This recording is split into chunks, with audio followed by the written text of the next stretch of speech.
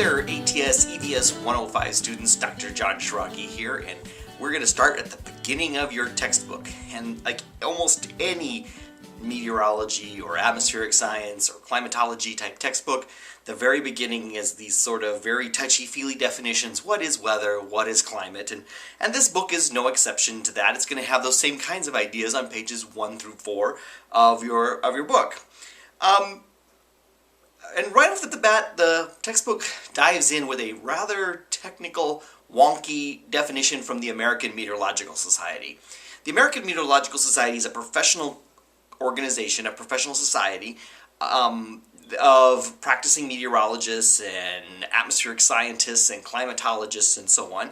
It's just an organization that does things like produce journals and textbooks and things like that. Any scientific discipline has organizations like this. There's organizations like this for chemistry and geology and physics and so on. And the book provides right off the bat with this sort of intimidating looking definition here about climate, where it says climate is the slowly varying aspect of the atmosphere, hydrosphere, land surface system. It is typically characterized in terms of suitable averages of the climate system over a period of a month or more, taking into consideration variability in time of these averaged quantities. Oh my goodness. You know, this book is not the hardest textbook you're going to have in your education. I don't know why they just start off with this really technical, wonky definition. Let me go ahead and kind of parse this a little bit for you, kind of help you see what this definition actually means. Then we'll see if we can maybe fine-tune this definition a bit. Right here where we have this part about the atmosphere, hydrosphere, land surface system. That might have been a little bit scary. I think you guys have no problem with the word atmosphere, right?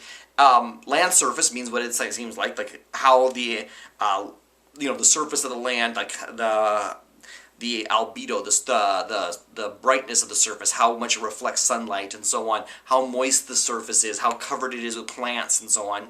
The word hydrosphere may have tripped you up depending on like what high school courses you might have had in, say, earth science or whatever here. But hydrosphere is the set of all of the water on the earth, the oceans, the lakes, the rivers, groundwater, clouds, ice, etc. So basically what we're saying is climate is all of this stuff. Climate is not just air, but it's moistures, humidity, clouds, ice sheets, glaciers, oceans, soil moisture, groundwater, etc., as well as like the surface of the earth itself, plant coverage, land use, things like whether there is concrete or whether there is open grass and so on. All of this is about the climate system.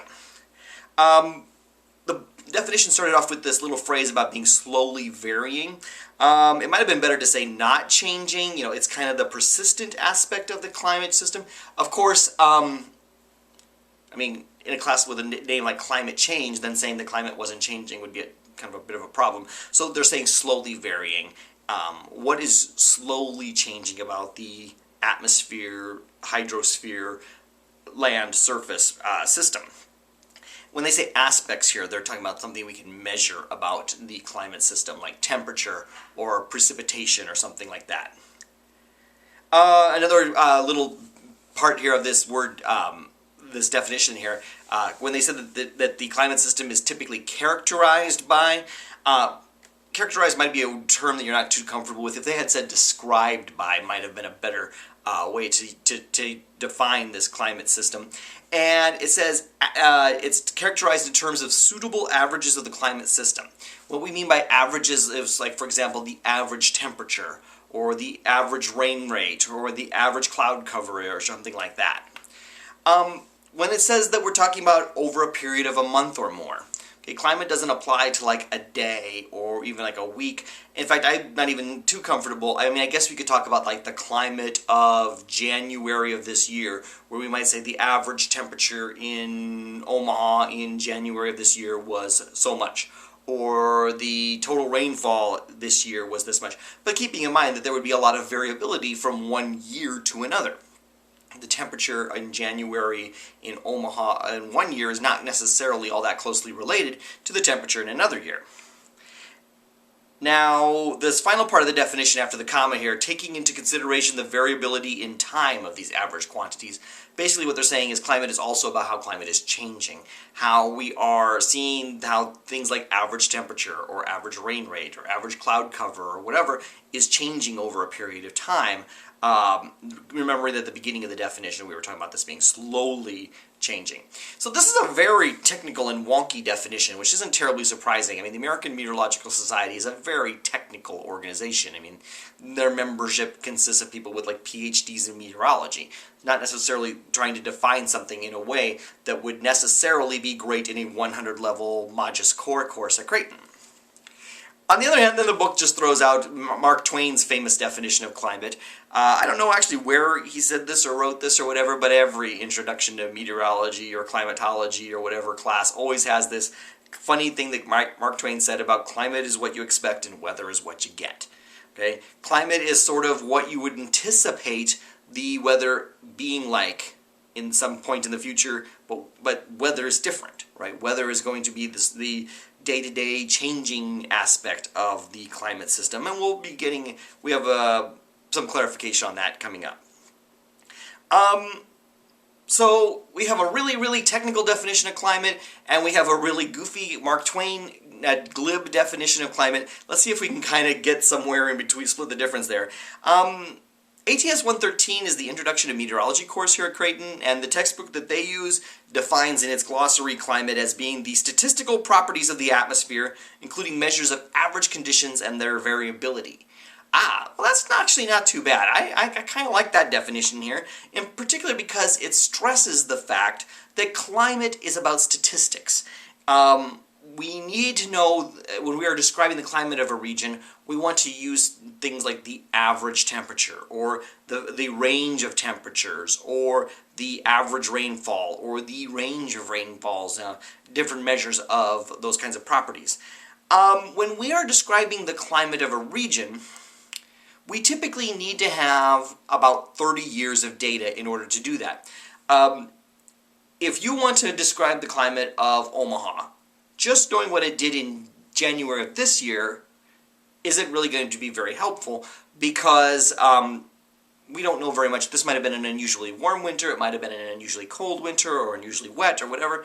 But if you can average over about 30 years of Januaries, that kind of cancels out, right? Some warm years will cancel out with some colder years, and you get a good sense of what an average or a mean climate for that location is.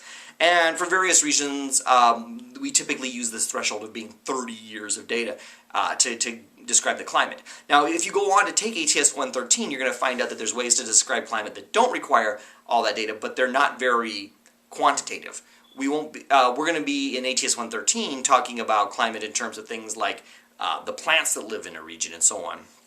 You know, for example, you know a lot about the climate of a region if, say, palm trees live there versus cactuses or versus pine trees or something like that. Well, that's actually quite useful when you don't need 30 years of observations to do that. On the other hand, it's not really very quantifiable. You can't say that, you know, the average temperature in January is 27 degrees Fahrenheit if all you know is that pine trees live there, right? So it's not very quantifiable to describe climate in ways like based on the plants and animals that live there, but we will be doing that if you go on to take ATS 113.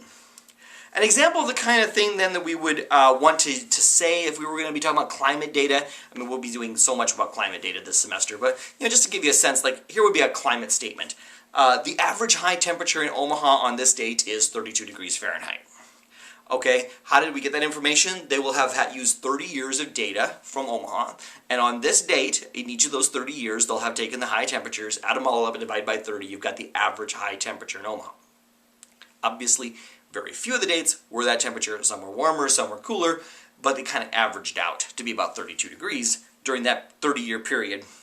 In this case, it would be, just for your so you can see, we use the 30 years of the previous 3 decades. So that would be 1980 to 2009 right now.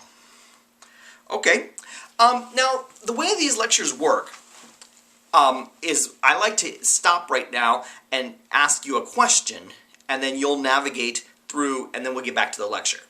And so I'm going to pose a question now, and then you're going to follow one of the links below this video and get some feedback based on your answer before we move on to the next part of the video. Alright, so here's question 1. What's wrong with this statement? In climate news, the high temperature today in Omaha was 34 degrees. What's wrong with that? A, that would be describing climate change, not climate. B, climate describes the conditions over a long period of time, not just a day. C, we describe climate in terms of the mean or average temperature, not the high temperature. Or D, we don't describe climate in terms of temperature. Okay, so think about what you want to answer for that and follow one of the 4 links below this embedded video to get a little feedback about your answer before we move on.